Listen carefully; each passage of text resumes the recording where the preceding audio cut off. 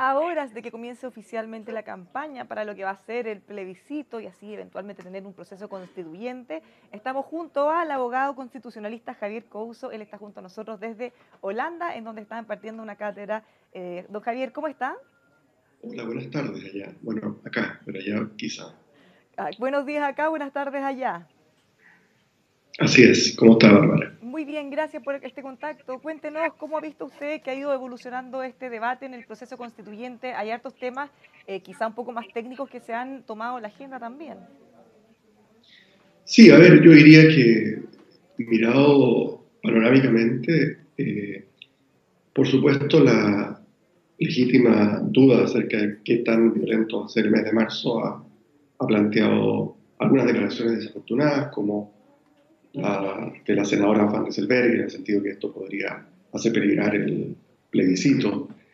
En el mundo han habido muchos países que han estado en situaciones complejas, mucho más complejas que Chile, y han logrado justamente solucionar esas situaciones complejas mediante momentos electorales. En ese sentido, yo diría que lo primero que hay que despejar es que es una regla constitucional hoy en día el plebiscito, es parte de la Constitución y por lo tanto es deber del Estado, del gobierno en este caso, que está a cargo de la seguridad interior del país, tomar todas las medidas, anticiparse, quizás como no lo hizo con la PSU, para que esto ocurra y ocurra bien el 26 de abril. En ese sentido, eso es lo primero que me ha llamado la atención del debate. Lo segundo, diría yo, es que ha habido una polarización que francamente es difícil de comprender porque el rechazo y el apruebo no está identificado con gobierno y oposición. Hay opositores por el apruebo, por supuesto, pero también hay oficialistas importantes, el presidente del Partido de la Renovación Nacional, el candidato oficialista más importante, Joaquín Lavín, a favor de la prueba. Entonces, no se entiende bien que haya tanta polarización. Se ha generado el debate, como usted mencionaba, respecto a la violencia. Incluso en algún momento personeros de gobierno señalaron que si es que esto no se lograba controlar, se podía de alguna manera poner en duda que este proceso se pueda realizar. Se ha generado mucho ruido y campañas de terror, tanto en violencia como en otros argumentos también. A ver, yo diría que es más complejo que eso. Imaginémonos que tuviéramos este nivel de violencia que es efectivo, pero también circunscrito, no es que el país esté paralizado, y hubiera elecciones presidenciales. ¿Usted se imagina que el presidente dijera vamos a suspender las elecciones presidenciales porque hay eh, hechos de violencia? Eso sería un fracaso del país, no solo del gobierno que está a cargo de preservar el orden público. Pero yo creo que aquí hay más bien declaraciones desmesuradas. Me da la impresión de que vamos a tener que poner paños fríos, porque estas declaraciones desmesuradas también luego se traducen en actos desmesurados. Entonces, no estoy diciendo que las personas que opinen que la violencia puede dificultar el proceso de plebiscito estén fomentando la violencia física que se ve en las calles por grupos muy particulares.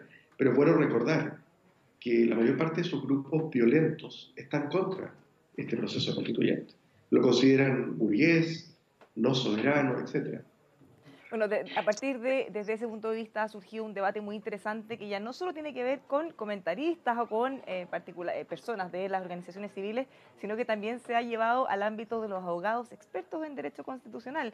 Tiene que ver con si pudiera existir o no una posibilidad de algo que planteaba en un comienzo Luis Mesina, no sé si se acuerda, de que una vez constituida eventualmente pudieran tomarse atribuciones que no están constituidas en el acuerdo. ¿Qué le parece ese debate? ¿Cómo lo ve usted? Ese debate, más que constitucional, yo diría que es sociológico, en el sentido de las reglas constitucionales están clarísimas. Es parte de la letra de la actual constitución que la convención constitucional o mixta están severamente limitadas por cosas que son muy razonables, como el hecho de que Chile sea una república democrática, república que significa separación de poderes, o sea, y además que los tratados internacionales no pueden ser vulnerados por nada que se redacte en esa convención constitucional o convención mixta constitucional. Entonces, más que un debate estrictamente jurídico-constitucional, esa es una apreciación, si se quiere, sociológica del señor Mesina, que a mi juicio no tiene ninguna base. Pensar que en una situación donde está bastante fragmentado políticamente el país. Un grupo va, por decirlo así, a desconocer las reglas una vez, supongamos que tuviera un grupo mayoría en esa convención, va a pretender desconocer las reglas del juego. A mí me parece que es sociológicamente implausible. Supondría que, por decirlo así, las tesis más radicalizadas lograran prevalecer en una elección que va a tener un sistema electoral no demasiado diferente al que eligió el actual Parlamento. Entonces, a mí me parece francamente pero muy poco plausible lo que está planteando Messina. Ahora, una vez que él lo planteó, esto por supuesto generó distintos roces, reacciones políticas, pero después, y ahí va donde le mencionaba que se había generado el debate entre abogados cuando hubo una discusión entre Alfredo Yoñán, el abogado Fernando Atria, se planteaba una posibilidad que esto pudiera ocurrir o no, estaban filosofando al respecto. Y hubo hace unos días una columna del abogado Hernán Corral en donde él planteaba que podía ser una inquietud que debíamos mirar. Ahora, pensando en el proceso que viene y en lo que necesitamos tener certeza, ¿es un debate totalmente cerrado respecto a que no hay ninguna posibilidad que llegara a ocurrir una cosa así? Desde el punto de vista jurídico-constitucional es un debate total y absolutamente cerrado. Es cosa de mirar las normas de la Constitución que fueron introducidas en la reforma de diciembre pasado. Ahora, imaginarse que un grupo va a, decir, por decirlo así, tomarse el derecho por sus manos y llevar a la Convención Constituyente a transformarse en una especie de superpoder que no está así establecido en la Constitución, eso equivaldría a una suerte de golpe de Estado. Y para eso, francamente, sin el poder militar no ha ocurrido en ninguna parte del mundo. Claro, de hecho, nos han mencionado también otros ejemplos en que se ha ocurrido cosas similares, pero necesitan otras características, otras cosas como por ejemplo el Sí. control militar, las Fuerzas Armadas, también tener una mayoría muy amplia, cosa que en este caso es muy poco probable que pudiera ocurrir. O sea, recordemos el caso más conocido, que es el de la Asamblea Constituyente de Chávez. ¿Quién era Chávez? Un ex militar golpista que había estado en la cárcel por intentar en el año 92 un golpe de Estado y que fue, a mi juicio, indebidamente indultado por el presidente Caldera. Entonces, ese es el tipo de personajes que tendríamos que tener en la Convención Constituyente para que la hipótesis que plantea Messina y que teme el profesor Corral pudiera ocurrir. Entonces, me parece francamente que estamos planteando unas hipótesis que, dadas las condiciones de nuestro país, son altísimamente improbables. Pongo un ejemplo. Chile tiene un acervo institucional que no se fue, por decirlo así, al tacho con la crisis del 18 de octubre pasado. Se entiende que el país, todos estamos con la autoestima baja en tanto país. Algunos creían, no era el caso mío, pero el presidente habló de que éramos un oasis en América Latina, pero no podemos pasar de la esquizofrenia que éramos del oasis de América Latina a lo peor de América Latina. El tipo de escenario que plantearía que un grupo que tiene mayoría en la Convención Constitucional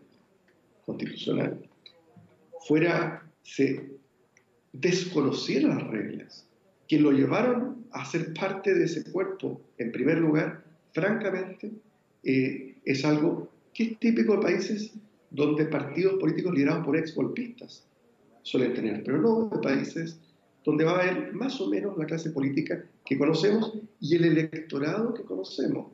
El electorado chileno es bastante moderado.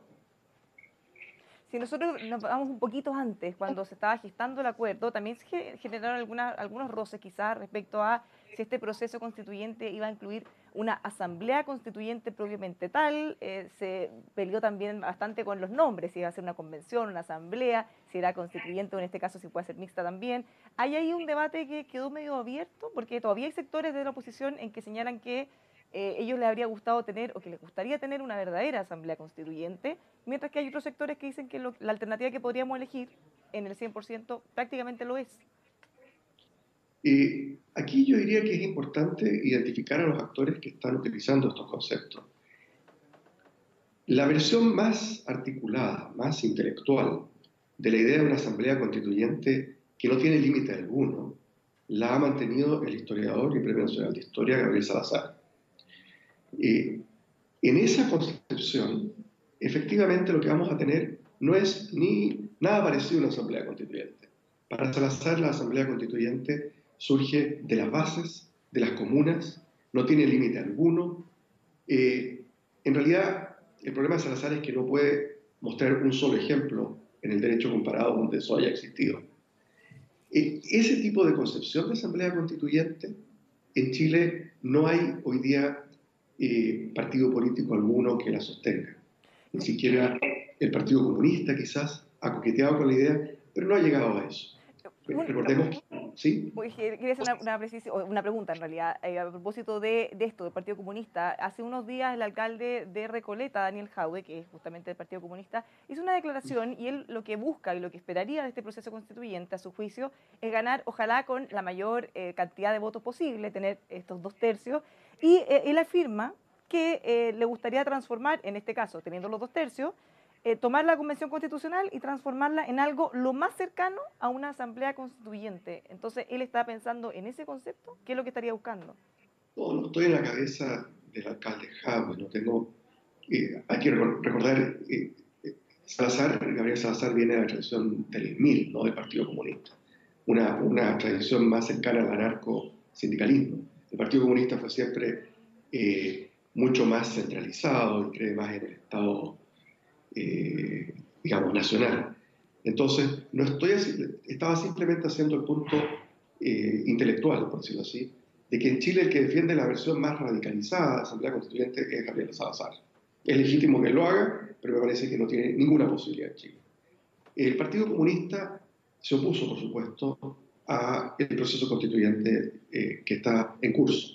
Se opuso porque además no le dio los votos en diciembre a la reforma constitucional que establecía este proceso. Ahora, lo curioso es que el Partido Comunista fue parte de una coalición, en la nueva mayoría, cuya aspiración era llegar exactamente a lo que tenemos hoy día. Michelle Bachelet quería un proceso institucional, democrático y participativo. La parte institucional tiene que ver con una asamblea constituyente que reconoce límites. Límites que están en los derechos humanos, en el carácter democrático y republicano del país, y que se hace por la vía de reformar la constitución vigente. O sea, en ese sentido el Partido Comunista tiene, si es cierto lo que dice Jadwe, el Partido Comunista en menos de 2 años y medio ha cambiado radicalmente su posición. Pero recordemos, el Partido Comunista en Chile jamás ha tenido más del 10% del apoyo del electorado. Entonces, nuevamente estamos especulando que un grupo político que tiene una baja aprobación va a hacerse de una asamblea, va a convencer a todo el resto de la centroizquierda de alterar las reglas, de faltar, de no tener lealtad al acuerdo y a la reforma y a la Constitución, porque fue reformada en diciembre. A mí me parece que son demasiadas hipótesis casi de laboratorio, para ser bien franco. ¿Usted considera que es complejo que entremos en este tipo de debates considerando, ya lo hablamos hace un rato, las campañas del terror, hay nerviosismo, hay inquietud también respecto a cómo va a ser el proceso? Quizás deberíamos avanzar hacia la mayor cantidad de certezas posibles dentro de lo que se pueda. Yo creo que hay algo de eso, Bárbara. Y yo a la gente que le tiene tanto miedo, digamos, al proceso constituyente, la invitaría a que, y quizás los periodistas, el periodismo chileno tiene un rol ahí que jugar, invitaría a los constitucionalistas, por ejemplo, del Frente Amplio, del Partido Socialista, de la Democracia Cristiana, a que plantearan cuál es la constitución ideal que cada uno de ellos tiene, o de ellas tienen, y se llevarían la sorpresa de que no es algo demasiado diferente a la constitución de una socialdemocracia europea. O sea, en Chile da la impresión de que estamos enfrentándonos a una situación muy polarizada cuando las opciones que realistamente tienen más posibilidades de, por decirlo así, prevalecer en la constituyente son, a lo sumo, una versión socialdemócrata de entender la democracia y el constitucionalismo, y versiones más neoliberales, pero no hay, por decirlo así, el tipo de distancia ideológica que había el año 73 entre una dictadura del proletariado, que era lo que planteaba, digamos, la izquierda más extrema, y una dictadura militar, que es lo que favorecía la extrema derecha. Entonces, me da la impresión de que aquí estamos, en algún sentido, exagerando la retórica más allá de lo que las condiciones objetivas de una situación de posguerra fría ameritan. Claro, considerando que además se está polarizando bastante la sociedad, pensando además que mañana comienza el periodo para las campañas, ¿qué le gustaría a usted que ocurriera? Quizá que más que en apruebo o rechazo, ¿comenzaran ya a adelantar contenidos? Yo creo que ayudaría que las campañas plantearan algunos contenidos. Yo creo que no hay nada cuando los fantasmas suelen ocurrir cuando hay demasiado vacío en el imaginario social respecto de qué exactamente es lo que ocurriría si es que se aprueba una nueva constitución. Yo tengo la impresión de que los que estamos por el apruebo eh, tenemos que ser capaces de dibujar, de explicar bien qué tipo, cómo sería una constitución aprobada por una mayoría en una convención constitucional y que además, ojo, va a ser una mayoría de 2/3, o sea, eso hay que recordarlo. Aquí va a haber acuerdos, pero me da la impresión de que ayudaría que se... Porque les voy a poner un ejemplo muy concreto. Yo participé en el programa constituyente antes de que la presidenta Bachelet asumiera. Y ahí habíamos desde militantes demócratas cristianos, que es mi caso, hasta militantes del Partido Comunista.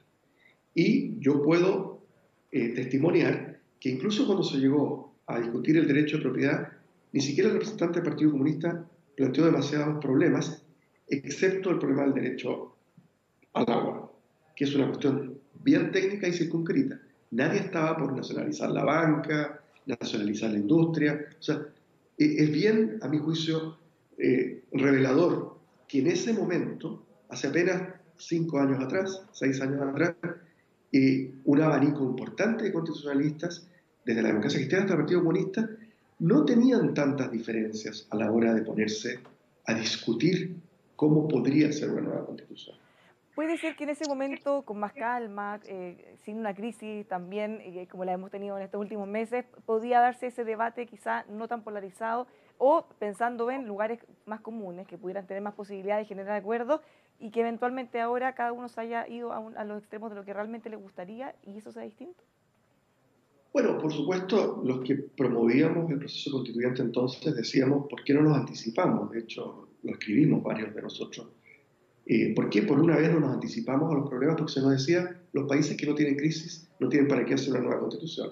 Y nuestra respuesta era, ¿por qué no nos anticipamos esta vez?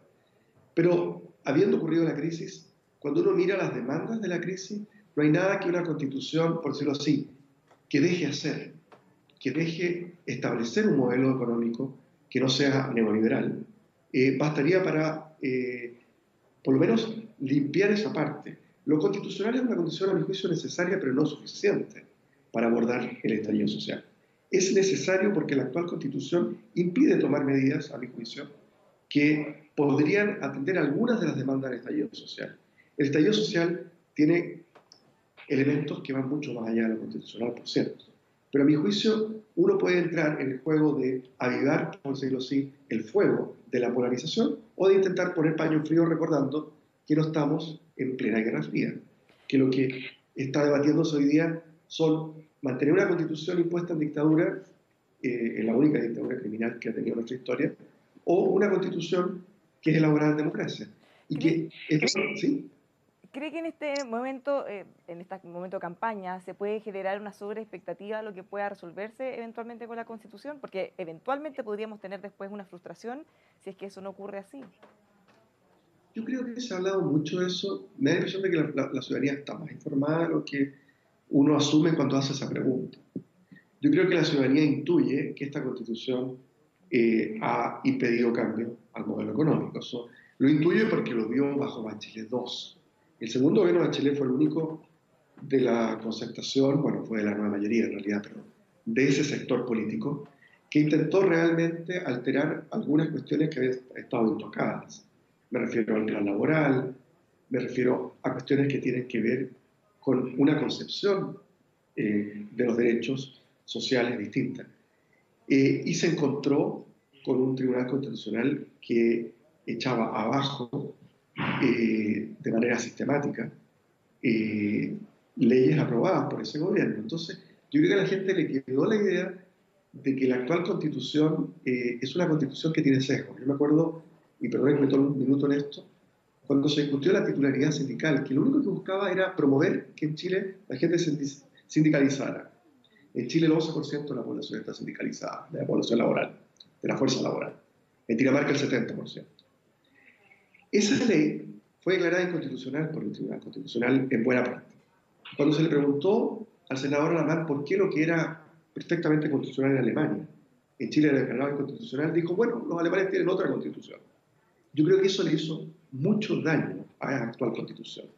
Como que puso en el centro del debate la idea de que, bueno, si no podemos hacer lo que la socialdemócrata Alemania hace, porque nuestra constitución es distinta a la alemana, habrá que cambiar la constitución, habrá que tener una nueva constitución. Yo creo que la gente no se hace ilusiones de que viene el paraíso porque hay una nueva constitución, pero yo creo que tiene claro que sin este cambio vamos a tener que seguir estando todos bajo la duda de si una reforma, por ejemplo, el sistema de pensiones, es o no constitucional.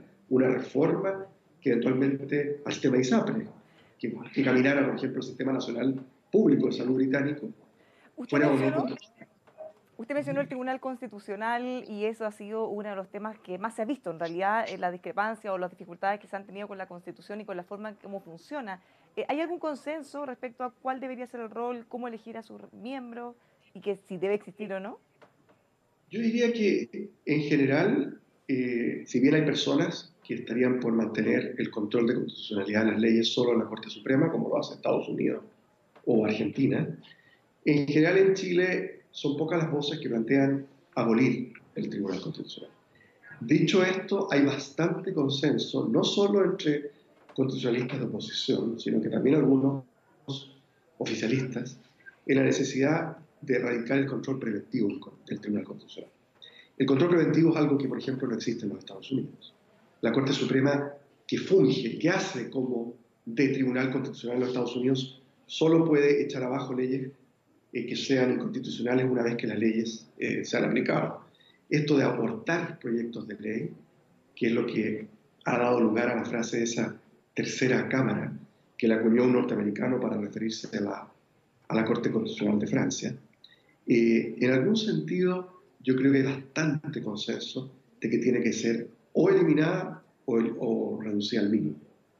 En materia de integración, también llama la atención de que un tercio casi de los integrantes son nombrados por el presidente por sí y ante sí, sin preguntarle a nadie. Lo que llevó a irregularidades, como que la persona que era la ministra sin cartera de Piñera 1, la jefa del segundo piso, terminara en el Tribunal Constitucional, y eso hubo la mala suerte después de que, para el sistema, digo, de que la mano derecha de Piñera 1 está ahora a cargo de un tribunal que tiene que controlar acciones también a veces del gobierno. Entonces, se producen ahí problemas. Pero en general, yo diría, va a haber bastante consenso, creo yo, en reducir y quizá eliminar el control preventivo del Tribunal Constitucional y en cambiar los mecanismos de nominación, particularmente impedir que un presidente pueda nombrar a casi el tercio de los integrantes del Tribunal Constitucional sin preguntarle a nadie. Finalmente, ¿cree usted que fue un error no avanzar con el proceso constituyente en el gobierno de la presidenta Bachelet cuando se planteó en su momento? O sea, por supuesto, yo fui alguien que empujó mucho eso. La gente que yo fui un cercano colaborador de Bachelet en el segundo periodo de ella, me tocó estar apoyando su gobierno técnicamente, y todos teníamos clarísimo al interior de ese gobierno de que la derecha jamás iba a otorgar los votos para alterar reformar el capítulo 15 de la Constitución para poder tener un proceso institucional, democrático y deliberativo, pero hecho en un contexto de tranquilidad. No se hizo, pero no hay que llorar sobre la derecha derramada. Más bien yo creo que la tarea de hoy es no exagerar y no contribuir a la mayor polarización. Porque eso, insisto, no están dadas las condiciones, por decirlo así, internacionales ni ideológicas para exagerar y polarizar el escenario del debate constitucional en Chile. Muchas gracias por habernos acompañado. Lo dejamos invitado a nuestro estudio cuando vuelva a Chile.